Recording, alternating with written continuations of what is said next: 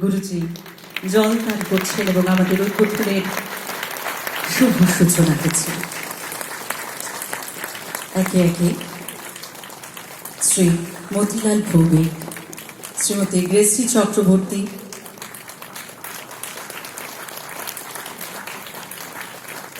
এবং শ্রী বিমল ভার্গিস, কর্ণাটকা ব্যাংকের এজি,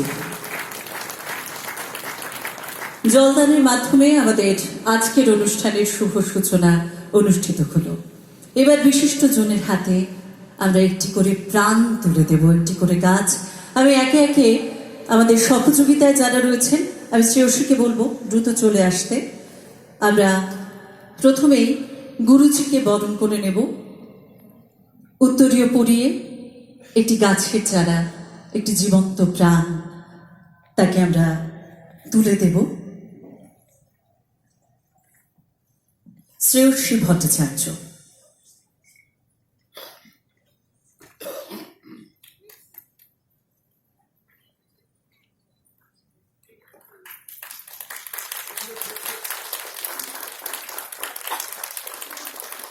এই মুহূর্তে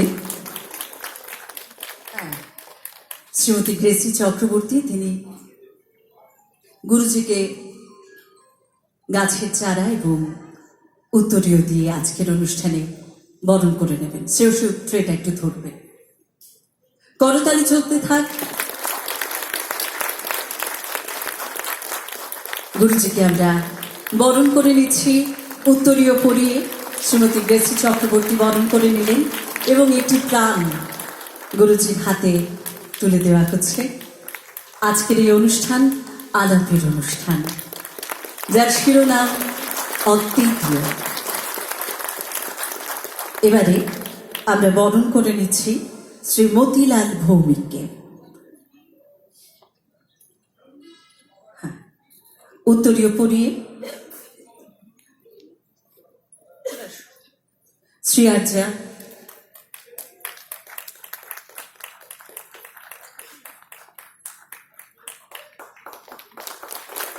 উত্তরীয় পরিয়ে আমরা বরণ করে নিচ্ছি। এবারে একটি প্রাণ তুলে দেওয়া হচ্ছে শ্রী মতিলাল ভৌমিকের হাতে। আমরা এবারে বরণ করে নেব কর্ণাটকা ব্যাংকের এজিএম শ্রী বিমল ভার্গিসকে। আমি আরো একবার শ্রেয়সীকে বলবো কাকিমা উত্তরীয় পরিয়ে বরণ করে নেবেন। কর্ণাটকা ব্যাংক আমাদের অনুষ্ঠানের সহযোগী, সেই সঙ্গে সহযোগিতায় শ্রী গোপাল মিস্ত্রি। আজকের এই অনুষ্ঠানটিকে সফল করে তুলতে তাদের গোপাল মিস্ত্রি আন্তরিক ধন্যবাদ। আমি শ্রী আর্চাকে বলবো, আমি গ্রেসি চক্রবর্তীকে বরণ করে নেওয়ার জন্য শ্রী আর্চাকে বলবো দ্রুত চলে আসতে।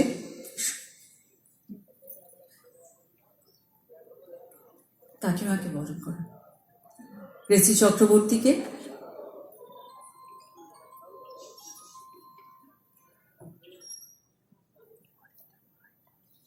উত্তরীয় পরিয়ে এবং একটি তাজা প্রাণ গ্রেসি চক্রবর্তীর হাতে শ্রী আর্যা ঘোষ তুলে দিলেন। আন্তরিক ধন্যবাদ। আমি এবারে ব্রজেশ্বর মুখোপাধ্যায় এবং শ্রেয়সী ভট্টাচার্যকে মঞ্চে আহ্বান জানাচ্ছি এবং আমি সকলকে, গুরুজি ছাড়া বাকিদেরকে বলবো আসন গ্রহণ করার জন্য ধীরে ধীরে। ব্রজেশ্বর, আপনি আছেন, ব্রজেশ্বর মুখোপাধ্যায় এবং শ্রেয়সী ভট্টাচার্য। এবারে গুরু বরণ, করতালি যেন একেবারে জোরদার চলতে থাকে।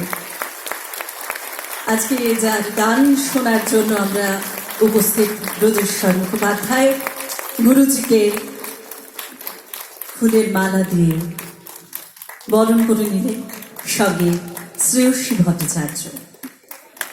অনবদ্য মুহূর্ত যেন দুই শিষ্য একে একে গুরুজিকে বরণ করে নিলেন। এবারে গুরুজি রয়েছেন যখন, তার কাছ থেকে কিছু শুনে নেওয়ার পালা আমাদের।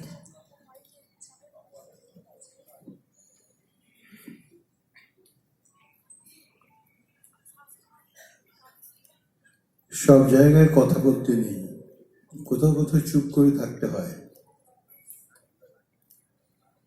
আজকে আমার 1985 সালের একটা সকালবেলার কথা মনে পড়ছে।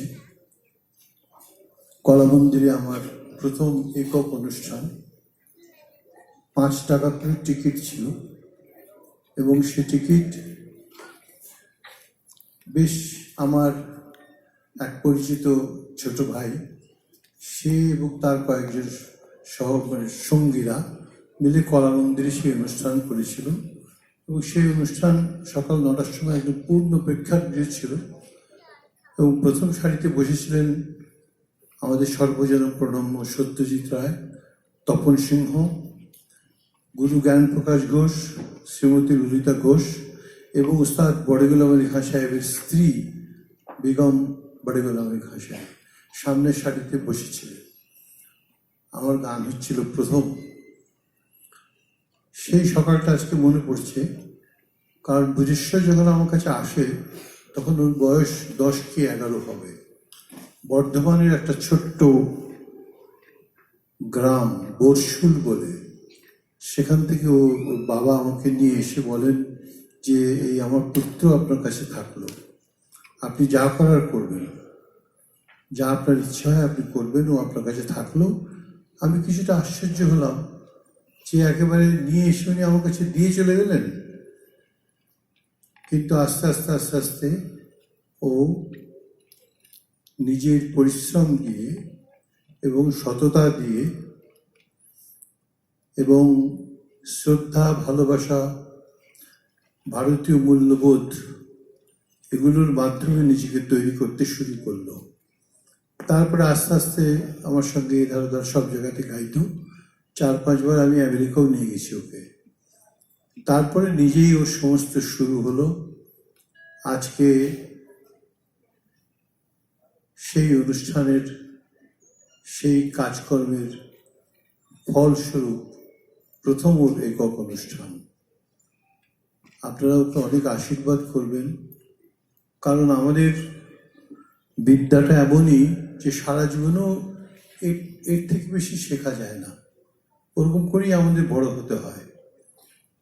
আর যত বড় হওয়া যায় তত মাথাটা নিচু হয়ে যায় যে কেন হলো না, এই জিনিসটা কেন হলো না। যাই হোক, আমার কাছে শিখেছে বলেও মনে করে, কিন্তু আমি জানি না আমি ওকে কতটা শেখাতে পেরেছি। আমি এইটুকু জানি যে আমার যখন যখন আমি যা যা বলেছি সেগুলো কোনোদিন কোনো অবাধ্য হয়নি এবং সেটা ও কাজ দিয়ে প্রমাণ করেছে। এবং এখন বর্তমানে ভারতবর্ষের শ্রেষ্ঠ সঙ্গীত সংস্থা আইটিসি সঙ্গীত রিসার্চ একাডেমিতে ও গুরু পদে অধিষ্ঠান করছে এবং ছেলে মেয়েদের শেখাচ্ছে। আপনারা জানেন যে আইটিসি সঙ্গীত রিসার্চ একাডেমির প্রথম স্কলার হিসেবে আমি জয়েন করেছিলাম 1978 সালে। সেখান থেকে যে যাত্রাপথ আমার শুরু হয়, সেই পথ আজকে আমার ছাত্রদের মধ্যে অনেকেই, সব থেকে বেশি ব্রজ আমার কাছে বেশি দিন ধরে আছে, বোধহয় 25-26 বছর মিনিমাম হবে। তো যাই হোক, আমার খুব আনন্দ হচ্ছে, আবার ভয়ও হচ্ছে যে আমাদের তো যাত্রাপথ শেষ হয় না, কত দূর যাবে, কতটা হবে, আরও যেন ভালো হয়, আরও যেন রাস্তা লম্বা হয়, সেটা আমি সবসময় ভাবি। আপনারা আশীর্বাদ করবেন। তবে তার আগে একটা কথা বলতে হবে যে এই যে ব্রজেশ্বর এবং শ্রেয়সী দুজনের ছাত্রীরা যে একটা প্রেজেন্টেশন করলো, গণেশ বন্দনা, আমার খুব ভালো লেগেছে। এবং বিশেষত বলবো যে অরিত্রর ছাত্ররা, ছাত্রছাত্রীরা, ছাত্র কথাটা শুধু স্ত্রীলিঙ্গ পুংলিঙ্গ ভাবছি না, ছাত্ররা যে গাইল, এর মধ্যে তাল লয়ের এমন বৈচিত্র্য আছে যেটা সকলের পক্ষে করা তো সম্ভবই নয়, অনেক চিন্তা ভাবনার ব্যাপার আছে। অনেকে তার পুরো রসটা গ্রহণ করতেও যথেষ্ট শিক্ষার দরকার আছে। এবং এই জিনিসটা সমস্ত হচ্ছে আজকে কলকাতায়, যা কিছু হচ্ছে এই সম্পূর্ণ কৃতিত্ব গুরু জ্ঞান প্রকাশ ঘোষের, আমার কোনো কৃতিত্ব নেই। এই যে আপনারা এসছেন, ঘোষের গান হচ্ছে, এটা জ্ঞান প্রকাশ ঘোষ উপর থেকে দেখছেন। জ্ঞান প্রকাশ ঘোষের এটা পঞ্চম প্রজন্ম, কারণ আমারই এটা প্রায় চতুর্থ প্রজন্ম, কারণ কৌশিকী ছেলেও গান করে। তাহলে বলুন, তারপরে অরিত্র, তারপরে তার ছাত্রছাত্রী, হয়তো আরো একটা জেনারেশন আমি দেখে যাব, 5টা জেনারেশন হয়তো আমি নিজেই দেখে যাব। আপনারা খুব আনন্দে থাকুন। নানান অবস্থার মধ্যে দিয়ে আমরা যাচ্ছি, কিন্তু সঙ্গীত ছাড়া মানুষের মনকে অনাবিল আনন্দ দিয়ে এবং সুন্দর করে এগিয়ে যাওয়ার জন্য অন্য কোনো বিষয় আর নেই আমাদের দেশে, একমাত্র আছে ভারতীয় সঙ্গীত। আপনারা আশীর্বাদ করুন, দুজনকে করুন, অরিত্রকে করুন এবং ওদের পরিবারকে করুন, সবাইকে। এবং আমার খুব ভালো লেগেছে যে অরিত্রর দাদু গ্রেসির বাবা তিনি এসছেন, তাকে নিয়ে এসছেন এরা। এইভাবে আমাদের পুরনোদের শ্রদ্ধা জানানোর মাধ্যমে আমাদের এগিয়ে যেতে হয়। অনেক কথা বলে ফেললাম, ক্ষমা করবেন। খুব ভালো থাকুন আর বুঝেও আনন্দ করবেন। Thank you.